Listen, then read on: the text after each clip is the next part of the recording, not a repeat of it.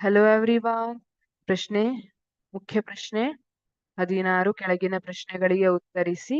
ಅದರಲ್ಲಿ ಪ್ರಶ್ನೆ ಸಂಖ್ಯೆ 38 5 ಅಂಕಗಳನ್ನ ಹೊಂದಿರುತ್ತದೆ. ಅದರಲ್ಲಿ ಎ, ಮಾನವರು ಸಾಮಾನ್ಯವಾಗಿ ಅನುಸರಿಸುವ ಗರ್ಭ ನಿರೋಧಕತೆಯ 3 ವಿಧಾನಗಳನ್ನು ಪಟ್ಟಿ ಮಾಡಿ. ಇಲ್ಲಿ ಮಾನವರು ಸಾಮಾನ್ಯವಾಗಿ ಅನುಸರಿಸುವಂತಹ ಗರ್ಭ ನಿರೋಧಕತೆಯ 3 ವಿಧಾನಗಳು. ಗರ್ಭ ಹೇಗೆ ಉಂಟಾಗುತ್ತದೆ? ಹೆಣ್ಣು ಸಂತಾನೋತ್ಪತ್ತಿ ವ್ಯೂಹವು ಅಂಡಾಣುವನ್ನ ಉತ್ಪಾದಿಸುತ್ತದೆ. ಗಂಡು ಸಂತಾನೋತ್ಪತ್ತಿ ವ್ಯೂಹದಲ್ಲಿ ವೀರ್ಯಾಣು ಉತ್ಪಾದನೆಯಾಗಿರ್ತದೆ. ಇವೆರಡು ಸೇರಿದ್ವು ಅಂದ್ರೆ ಅವಾಗ ಗರ್ಭ ಉಂಟಾಗುತ್ತದೆ ಅಲ್ವಾ? ನಿಷೇಚನ ಉಂಟು, ಯುಗ್ಮಜ ಉಂಟಾಗಿ ಅದರಿಂದ ಮತ್ತೆ ಭ್ರೂಣ ಬೆಳೀತಾ ಹೋಗುತ್ತೆ.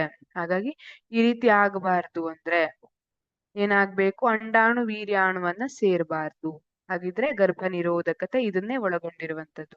ಅಂಡಾಣು ವೀರ್ಯಾಣುವನ್ನ ಸೇರದೆ ಇರುವಂತೆ ಮಾಡಿದ್ರೆ ಆಯ್ತು. ಯಾವ್ಯಾವ್ದು ಮೆಥಡು?